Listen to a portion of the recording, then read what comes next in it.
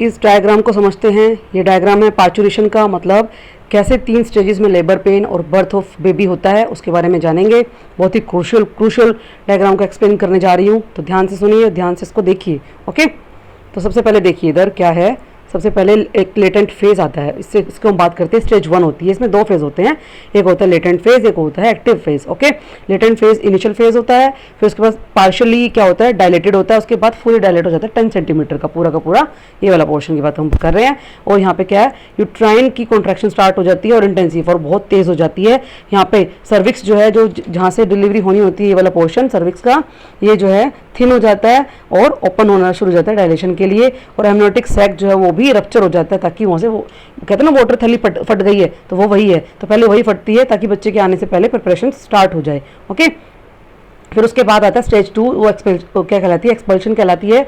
इसकी duration 30 minute से 2 घंटे की होती है और स्टेज 1 की ड्यूरेशन 6 से 12 प्लस घंटे ले लेती है। ये सब दर्द जो बनते हैं जिस टाइम पे प्रिपरेशन होती है डिलीवरी से पहले की, इसका टाइम ड्यूरेशन सबसे बड़ा होता है स्टेज का। फिर बात करते हैं स्टेज 2 की, सिर्फ आधा घंटा या फिर 2 घंटे तक की बात होती है। तो इसमें सबसे पहले बेबी के बर्थ होने के लिए क्या होता है, यहाँ पे क्रॉनिंग होती है। ठीक है, क्रॉनिंग होती है मीन्स पूरा का पूरा डायलेशन हो जाता है सर्वाइकल का। पावरफुल इनवॉलेंट्री कॉन्ट्रैक्शन होती है, बहुत ज़्यादा कॉन्ट्रैक्शन होती है और मैटरनल पुशिंग भी होती है और माँ को भी पुश करने के लिए बोला जाता है। फिर सबसे पहले क्या होता है, बच्चे का जो सिर है वो रोटेट करता है और नीचे की तरफ बाहर पेल्विक इनलेट की तरफ, मतलब उसकी तरफ क्या होता है, बाहर की तरफ आना शुरू कर देता है, क्योंकि सबसे पहले सिर ही बाहर आता है।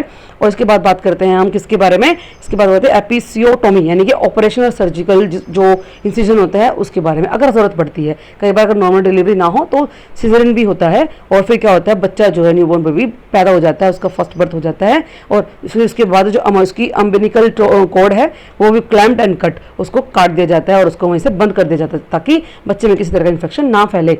लास्ट में 5 मिनट का एक प्रोसेस होता है, 5 से 30 मिनट का होता है, वो डिपेंड करता है, वरी करता है वुमेन के ऊपर और उसकी बॉडी के ऊपर कि क्या वो जल्दी बाहर आएगा प्लेसेंटा बच्चे के डिलीवरी के बाद या नहीं।